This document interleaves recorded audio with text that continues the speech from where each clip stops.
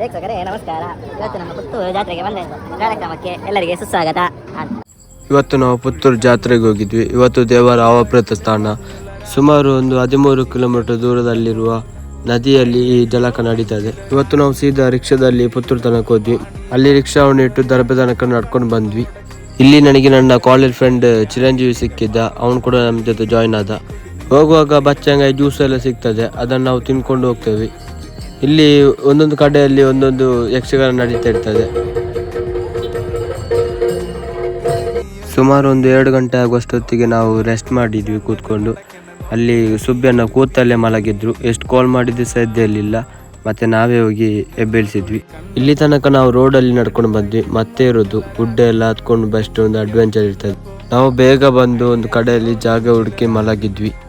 ಬೆಳಗ್ಗೆ ಬೇಗ ಎದ್ದು ಸ್ಥಾನಕ್ಕೆ ರೆಡಿ ಆದ್ವಿ. ಫಸ್ಟ್ ಅಷ್ಟೊಂದು ಜನ ಯಾರು ಸೇರ್ಲಿಲ್ಲ. ಮತ್ತೆ ನೋಡಿದ್ರೆ ಜನ ಸಾಗರಣೆ ಇತ್ತು.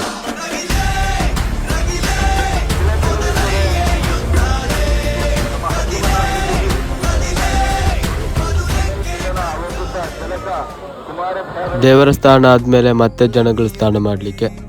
ದೇವರ ಸ್ಥಾನ ಆದ್ಮೇಲೆ ಮತ್ತೆ ನಾವು ಸ್ನಾನ ಮಾಡಿದ್ವಿ. ರವಿಯನ್ನ ಕೂಡ ನಮ್ಮ ಜೊತೆನೆ ಬಂದಿದ್ರು. ಅವರ ಬೈಕಲ್ಲಿ ಬಂದಿದ್ದು. ಅವರು ಪುತ್ತೂರಲ್ಲಿ ಮಿಸ್ ಆದ್ಮೇಲೆ ನಮಗೆ ಮತ್ತೆ ಸಿಕ್ಕಿದ್ದು ವೀರಮಂಗಲದಲ್ಲಿ. ಬರುವಾಗ ಬೇಗ ಹೋದ್ವಿ, ಆದರೆ ಹೋಗುವಾಗ ದೇವರಿಂದನೇ ಹೋದ್ವಿ. ಹೋಗುವಾಗ ಓಡಿಕೊಂಡು ಹೋಗ್ಲಿಕ್ಕೆ ಆ ಬಿಸಿಲಿನ ಏಟಿಗೆ ಹೇಗಾದ್ರೆ ನಾವು ಪುತ್ತೂರಿಗೆ ತಲುಪಿದ್ವಿ.